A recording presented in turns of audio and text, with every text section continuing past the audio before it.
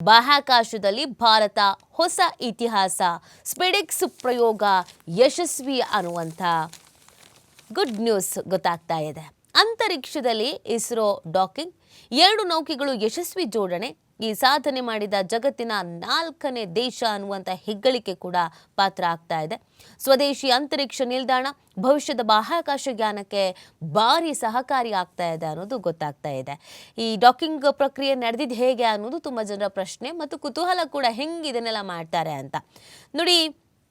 Chaser ಹಾಗೂ target ಎಂಬ 2 ಉಪಗ್ರಹಗಳನ್ನು ಡಿಸೆಂಬರ್ 30ರಂದು ಉಡಾವಣೆ ಮಾಡಲಾಗಿತ್ತು. ಹಂತ ಹಂತವಾಗಿ ಚೇಸರ್ ಉಪಗ್ರಹವನ್ನು ಟಾರ್ಗೆಟ್ ಸ್ಯಾಟಲೈಟ್ ಸನಿಹಕ್ಕೆ ನಿಧಾನವಾಗಿ ತರಲಾಯಿತು. ಸೆನ್ಸರ್ಗಳ ಮೂಲಕ ಚೇಸರ್ ಉಪಗ್ರಹವು ಟಾರ್ಗೆಟ್ನ ಡಾಕಿಂಗ್ ಪೋರ್ಟ್ಗೆ ಸುಸೂತ್ರ ಜೋಡಣೆ ಆಯಿತು. ಉಭಯ ಉಪಗ್ರಹಗಳ ನಡುವೆ ಸಂವಹನ ನಡೆಯಿತು. ಇನ್ನು ಆನ್ ಡಾಕಿಂಗ್ ನಡಿಬೇಕು ಅಷ್ಟೇನೆ. ಏನಿದು ಡಾಕಿಂಗ್ ಮತ್ತು ಅನ್ಡಾಕಿಂಗ್ ಅಂತ ನೋಡೋದಾದ್ರೆ, ಒಂದು ನೌಕೆ ಜೊತೆ ಇನ್ನೊಂದು ನೌಕೆ ಸೇರ್ಪಡೆ ಆಗುವುದು ಅಥವಾ ನಂಟು ಬೆಸೆಯುವುದಕ್ಕೆ ಡಾಕಿಂಗ್ ಅಂತ ಹೇಳಲಾಗತ್ತೆ. ಅನ್ಡಾಕಿಂಗ್ ಅಂತಂದ್ರೆ ಬಾಹ್ಯಾಕಾಶದಲ್ಲಿ ಪರಸ್ಪರ ಜೋಡಣೆ ಆಗಿದ್ದ 2 ನೌಕೆಗಳು ಬೇರ್ಪಡುವುದನ್ನು ಅನ್ಡಾಕಿಂಗ್ ಅಂತ ಕೂಡ ಹೇಳ್ತಾರೆ. ಅನ್ಡಾಕಿಂಗ್ ಪ್ರಕ್ರಿಯೆ ಒಂದು ಬಾಕಿ ಇದೆ.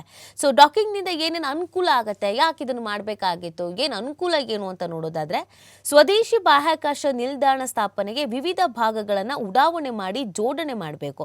ಅದಕ್ಕೆ ಸ್ಪೇಡೆಕ್ಸ್ ಪ್ರಯೋಗ ತುಂಬಾನೇ ಸಹಕಾರಿಯಾಗತ್ತೆ.